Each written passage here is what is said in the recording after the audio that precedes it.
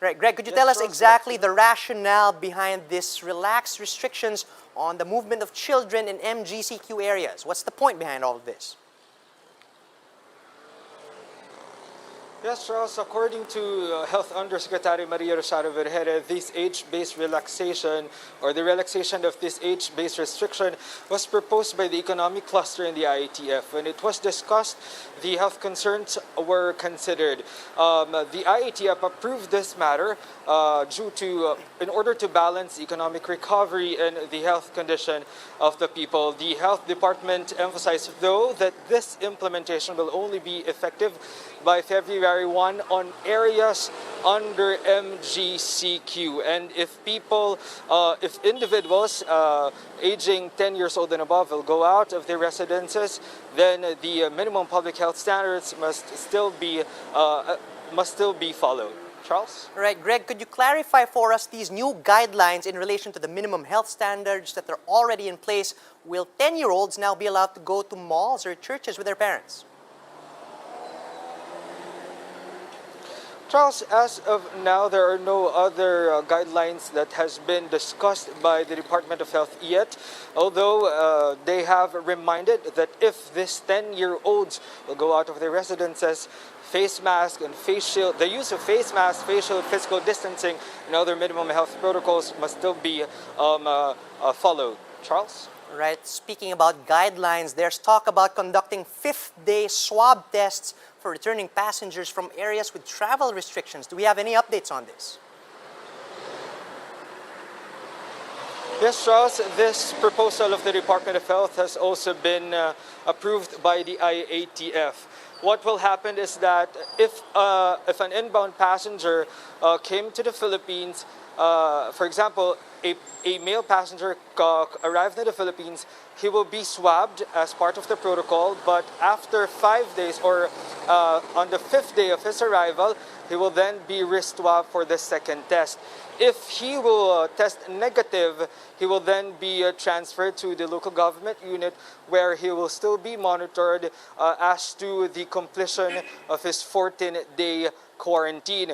Now, with regards to the question of some who will pay for the expenses of this passenger, according to Undersecretary Maria Rosario Vergere, there are labs that are subsidized by the government. But if the passenger would want to be swabbed or tested by a different laboratory, then he would have to pay for his own test. Charles? Right, Greg, we do know that this new procedure is because of the fear surrounding the new COVID-19 strain.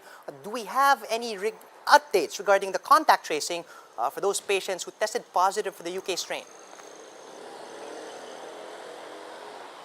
Charles, as to the contact tracing, two co-passengers of our UK variant, or of our first UK variant case in the country are left untraced by the government. According to Undersecretary Vergere, they are giving the names of these two to the National Bureau of Investigation to help them trace these individuals. Now, as to the condition of our UK variant case, he already tested negative for COVID-19, although the Department of Health emphasized that thorough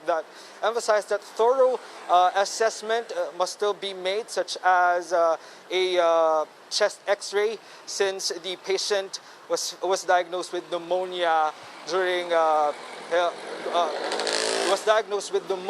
when he was also diagnosed as positive for COVID-19. Charles? All right, I hope that number 0 holds true and firm. So much for that for now at least. But then what are the vaccines that are now approved to have their clinical trials in the Philippines?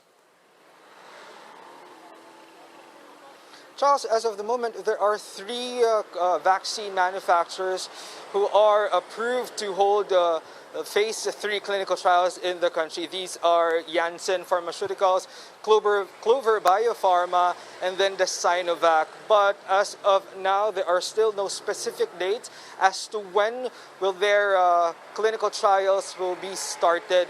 But according to the Department of Science and Technology, the local government units have been informed as to where could this clinical trials possibly be conducted. Charles?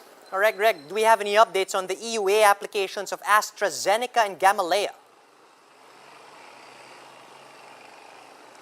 Charles, the EUA application of AstraZeneca, Gamaleya, as well as Sinovac are still under evaluation of the Food and Drug Administration. However, another manufacturer has recently applied for an EUA in the country. This is the Bharat Pharmaceuticals, Bharat Biotech. But according to the DOST and the FDA, their application is still incomplete. Thus, the evaluation may not be. Thus, the evaluation is still pending. Charles? Thank you. That was Greg Gregorio reporting live from the city of Marikina. The Philippines no longer has any confirmed cases of the UK COVID variant, at least for now. The Quezon City government announced that the lone person who got infected with this strain finally tested negative based on his latest swab test. However, doctors at the quarantine facility will still make a final assessment before the patient will be allowed to return to his family. He will also remain under health monitoring for at least 2 weeks. The UP-OCTA research team is seeing a surge in new COVID-19 infections in the provinces. The group says Zamboanga del Sur, Kalinga, and Mountain Province all recorded increases of at least 200% in COVID-19 cases after the holidays.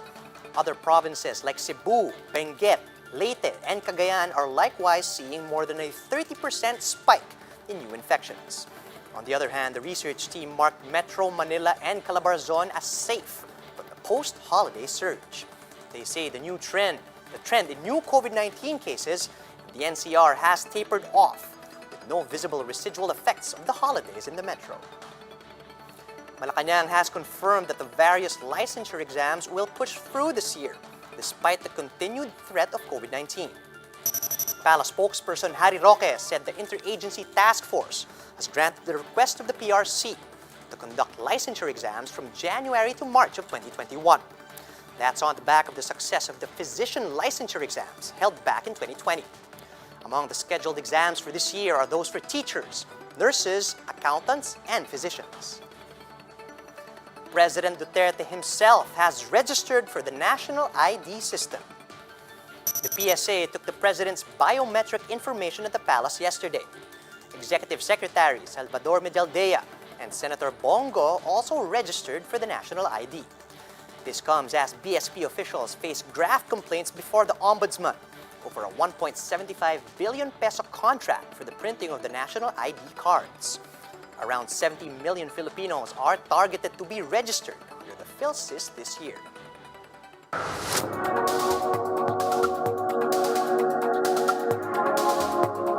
Singapore's Minister for Trade and Industry Chan Chun Sing weighs in on the foreign policy of US President Joe Biden, specifically in relation to Asia. Chan speaks exclusively on Bloomberg Daybreak Asia. We are optimistic that the US will want to continue to stay engaged with the world, and especially with this part of the world. And to that extent, I think Singapore would like to partner the US constructively to see how the US can continue to stay engaged with this part of the world, strengthen its investment in this part of the world, and create more economic opportunities for everyone. But even during the Obama administration, which committed to the Asia pivot, that was when Biden was vice president, his administration fell short of that Asia pivot. I mean, what are you expecting? What would you like to see? Well, actually, if you look at it, the volume of US investment in the region is still substantial, and its growth has also been healthy. Just taking Singapore as an example, the US investment in Singapore is still by far the most significant, and it has a diversity of companies in a diversity of sectors, in diverse sectors in this part of the world, to not just to service the Singapore market, but to service the rest of the world. And this is where I think Singapore can play a constructive role for both US and Chinese companies to stay engaged in this part of the world and use Singapore as a platform to launch their operations across the region and beyond. Countries like Singapore often see the U.S. playing a leadership role. We're talking about an increasingly G2 world, the U.S. and China both wanting to provide that global leadership. What is the best way for the U.S. to engage with this part of the world? Well, this part of the world is big enough for both of them to be constructively engaged. there'll be many areas which the US will compete with China, but I think there'll be even more areas where the US can work with China to uphold the standards of behavior, to uphold the global security and trading order, and at the same time to update some of these global rules for trade so that we can position ourselves for the next leg of growth. Would you like to see the first 100 days of the Biden administration that could impact Singapore? Well, I think the Biden administration has said that its primary focus for the initial part of this term will be to make sure that it overcomes the coronavirus in US. But at the same time, I think they will want to put in place the measures to sustain their long-term competitiveness. And from Singapore and ASEAN perspective, we'd like to see continued US engagement, trade flows into this region, together with China as well. And those are the top stories at this hour. Join Sean Yao later at 2 p.m. as we continue to monitor the day's biggest stories. You can also catch One News on the Signal Play app. Register for a free account at www.signalplay.com so you can stream One News live anytime and anywhere. I'm Charles Lejano. We are One News.